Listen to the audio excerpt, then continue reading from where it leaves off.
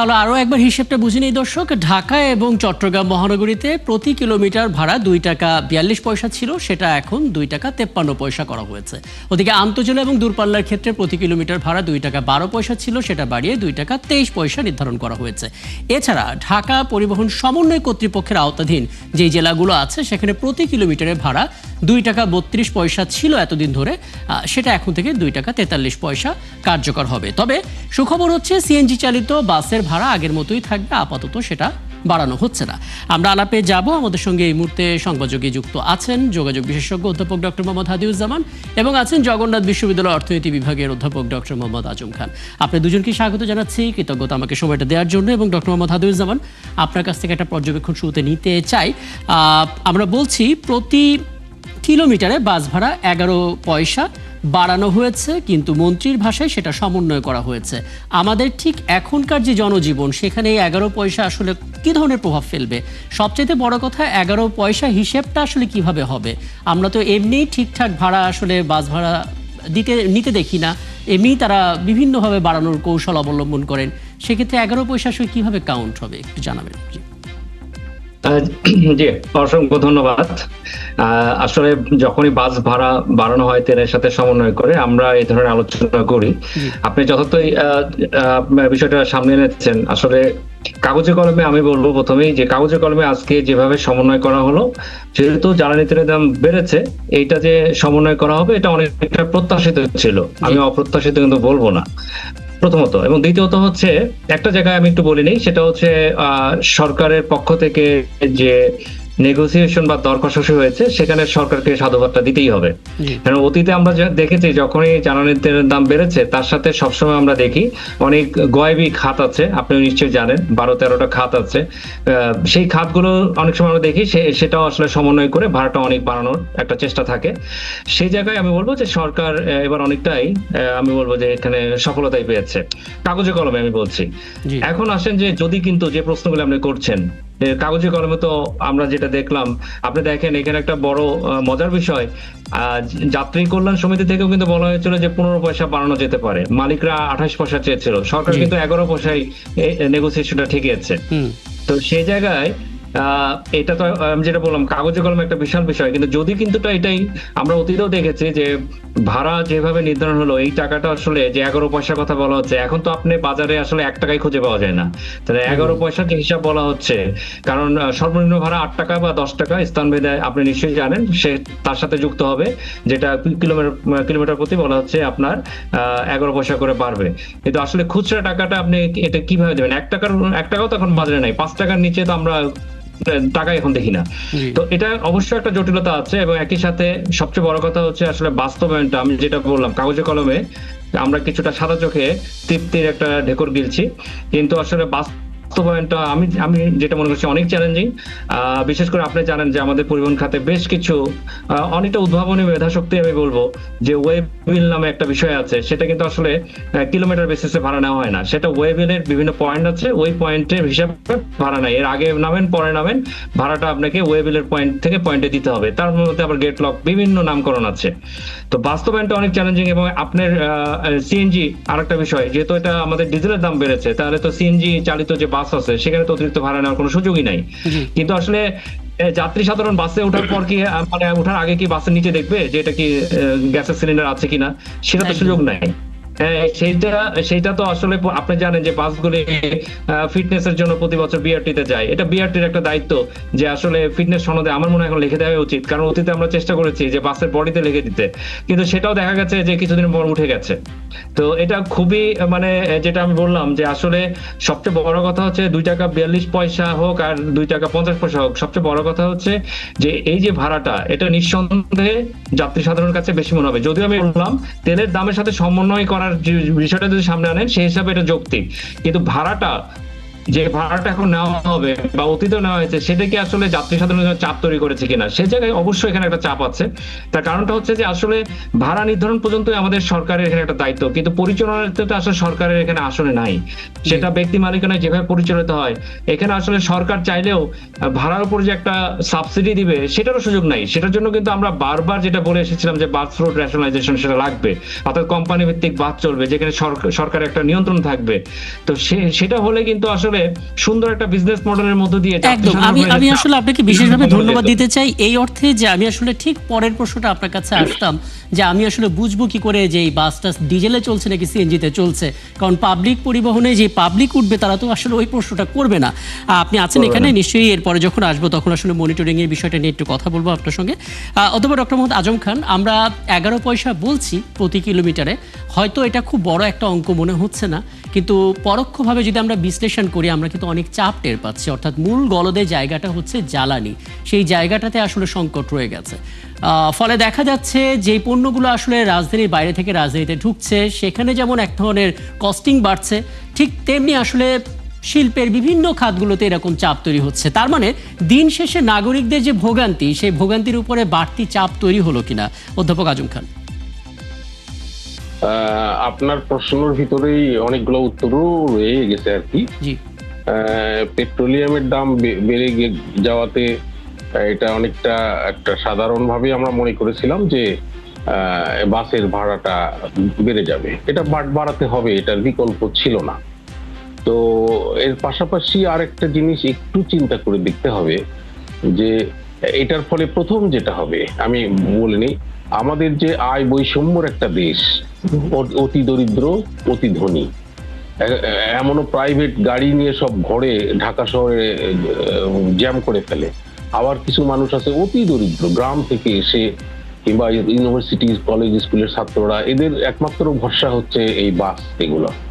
তো এদের সামনে ডেফিনেটলি একটা বড় প্রেসার আসবে এবং যারা নিম্ন আয়ের মানুষ তাদের উপরে বার্ডেনটা আরো বেড়ে যাবে। ফলশ্রুতিতে গরিব আরো গরিব হবে, ধনিক শ্রেণীর তো কথাই নেই। আর একটা জিনিস শুধু আপনি এটাকে কনসিডার করলে হবে না যে তেলের দাম বেড়ে গেছে 11 পয়সা করে আমরা বাড়লো। আপনার ঢাকা শহরটার বর্তমান চিত্রটা বুঝতে হবে, যেখানে মিরপুর থেকে গুলিস্তানে আসতে 3-4 ঘন্টাও লেগে যায়। এই যে জ্যামের কারণে শুধু এই যে তেলের দামটা বাড়িয়েছে এটার কারণেই যে ভাড়া বেড়ে যাবে তা মানে যাত্রীদের ভোগান্তি হবে তা না। এতে করে যারা বেসিক্যালি যারা বাস চালিয়ে আসছে, এই যে আমাদের যে জ্যামের মাঝখানে যে কষ্টের সাথে যাত্রীরা রাস্তার মাঝখানে বসে থাকতে হয়, এটাও একটা অনেক বড় একটা চ্যালেঞ্জ। আর আমাদের এখানে যাত্রীদের সাফারিংস এর কথা না বললেও নয়। যেমন আমাদের আপনি একটু বাস্তব দৃষ্টিতে দেখবেন যে উবার এবং ওই যে মোটরসাইকেল বাইকে রাইড করার যে মোটরসাইকেল গুলো, এরা কি আর ওই যে সরকারি বেঁধে দেওয়া নিয়মে চলে? আমি তো উবারে মাঝে মধ্যে ইউজ করি, আমরা তো আর অত বড় লোক না। আমরা উবারে কখনোই গাড়ি আসে না, এদের সাথে ওই মিটফুট করতে হয় দরদামে। তাহলে এখানে আসলে রাইড শেয়ারিং এর জন্য আমি যতদূর জানি, যতটুকু এখন পর্যন্ত তথ্য আমার হাতে আছে, কোনো নির্দিষ্ট রাইড শেয়ারিং গাইডলাইন নেই যেটা নিয়ে আসলে ফলো করে সরকার কোনো সিদ্ধান্ত নিতে পারে। না এটা তো ছিল আপনার ওই যে উবারের মতো আমরা গাড়ি ইয়েটা ঠিক চলে আসবে, দামটা ভাড়াটা চলে আসবে, কিন্তু সেটা কেউ মানে না। তাই 11% বেড়ে যাচ্ছে, এতে করে অবশ্যই এটা প্রভাব আসবে। তো এটা সরকারকে মনিটর করা বা এটা যে বাস্তবায়ন হবে, এটার চেয়ে অনেক বেশি সাফারিংসটা আমাদের জন্য ওয়েট করতেছে। এই 11 পয়সার প্রেক্ষিতে এরা বাস চালকেরা বা বাসের মালিকেরা আরো অধিকারে আমাদের কাছ থেকে। এটা খুব চমৎকার একটা পয়েন্ট বলেছেন, আমি এটা একটু পরিষ্কার হয়ে আসি। ডক্টর হাদিউজ্জামান, আপনি শুনলেন অধ্যাপক আজম খানের কথা এবং তিনি খুব চমৎকার করে এই পয়েন্টটা বলেছেন যে বাড়ানো হয়েছে 11 পয়সা প্রতি কিলোমিটারে, কিন্তু দেখা যাবে আমার হাতে যে রাইড শেয়ারিং অ্যাপটা আছে সেখানে আমি যে পরিবহনটাকে ডাকবো সেখানে কিন্তু ভাড়াটা বেশি দেখানো হবে। কাজে এই অনলাইন অফলাইন ডিজিটাল কিংবা অ্যাকচুয়াল জগতে মনিটরিংটা আসলে কিভাবে হবে? না দেখেন, প্রথমত হচ্ছে আমরা যেহেতু আসলে বাস ভাড়া নিয়ে আজকে কথা বলছিলাম, বাস তো এখনো আমরা আসলে অ্যাপ ভিত্তিক তো আমরা চালাচ্ছি না, এটা একেবারেই সনাতনী পদ্ধতিতে যেভাবে ভাড়া নেওয়া হয়। যদিও অতীতে আপনি নিশ্চয়ই জানেন যে ই টিকিটিং সিস্টেম নিয়ে অনেক কথা হয়েছে, কিন্তু ই টিকিটিং সিস্টেম এটা যে টেকসই হবে না এটা অনেকটা জানাই ছিল, কারণ আপনি যখন ই টিকিটিং সিস্টেম যাবেন তখন কিলোমিটার বেসিসে আপনার ভাড়াটা আদায় হবে। কিন্তু আমাদের যারা আসলে পরিবহনের বিশেষ করে যারা চালক আছেন বা চালকের সহকারী আছেন, কন্ডাক্টর আছেন, তারা তো আসলে কাঁচা টাকা লেনদেন করতে চায়। এবং ওখানে একটা সুবিধা যেটা আমি একটু আগে বলছিলাম, যদি আপনার দেখেন কিলোমিটার বেসিসে ভাড়া 11 পয়সা যেটা বাড়লো, আমি একটা উদাহরণ দিয়ে বলতেছি, ধরেন 6 কিলোমিটার যাওয়ার পর আপনার যে ভাড়াটা আসবে দেখা গেল যে 13 টাকা 14 পয়সা বা 15 পয়সা। এখন 13 টাকা 15 এইটা তো আপনি দিতে পারবেন না, দেখা যাবে আপনাকে 15 টাকা দিতে হবে, হয়তো বা সে আর ভাঙতি টাকা তো ফেরত দেবে না। এই একটা সুযোগ তৈরি হয়।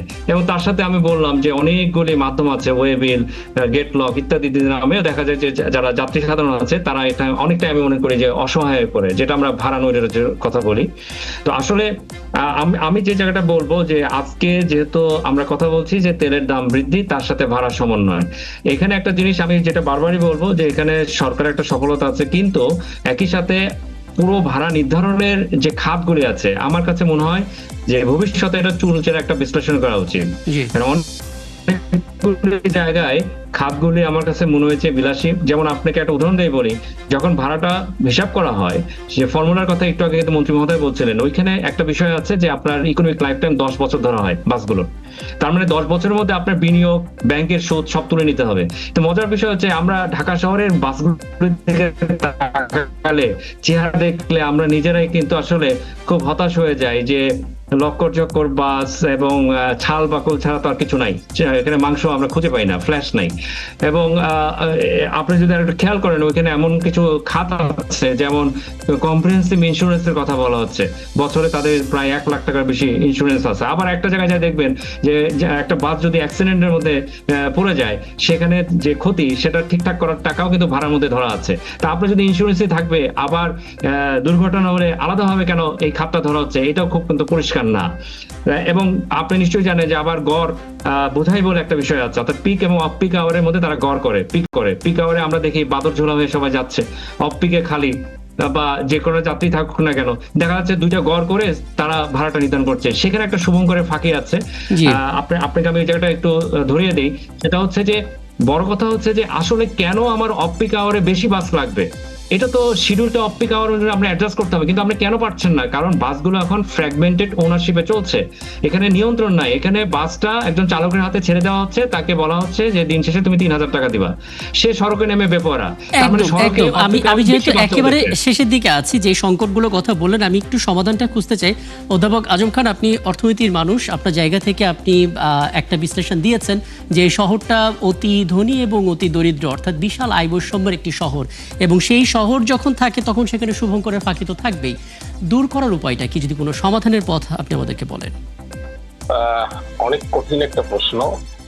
তো যাই হোক, আমারও প্রশ্ন, আমিও এইভাবে বলতে চাই, এই সমস্ত জিনিস হ্যান্ডেল করার জন্য খুব এক্সপার্ট এবং দক্ষ লোক পরিবহন খাতে যাদের আছে তাদেরকে ইনক্লুড করা, এবং শুধুমাত্র এখানে মালিকদেরকে নিয়ে আসলেই চলবে না, যারা বাস্তব এবং প্রায়োগিক জ্ঞান যাদের আছে তাদেরকে আনতে হবে এগুলো সমাধানের জন্য। আর আমার যেটা মনে হয়, আপনি যেহেতু বাসের উপর আমরা অতিমাত্রায় নির্ভরশীল এবং সেটা ব্যক্তি মালিকানায়, আমরা যে মেট্রো রেলের মতো এই জিনিসগুলোকে যদি আমরা আরো প্রায়োরিটি দেয় সরকার, অর্থাৎ শহরের প্রত্যেকটা জায়গার ভিতরে যদি আমরা এই লিঙ্ক আপ গুলো করে ফেলতে পারি, আমার ধারণা এই বাসের উপর আমাদের নির্ভরশীলতা কমে আসবে। এবং এটাও সরকারকে এটা ভেবে দেখতে হবে।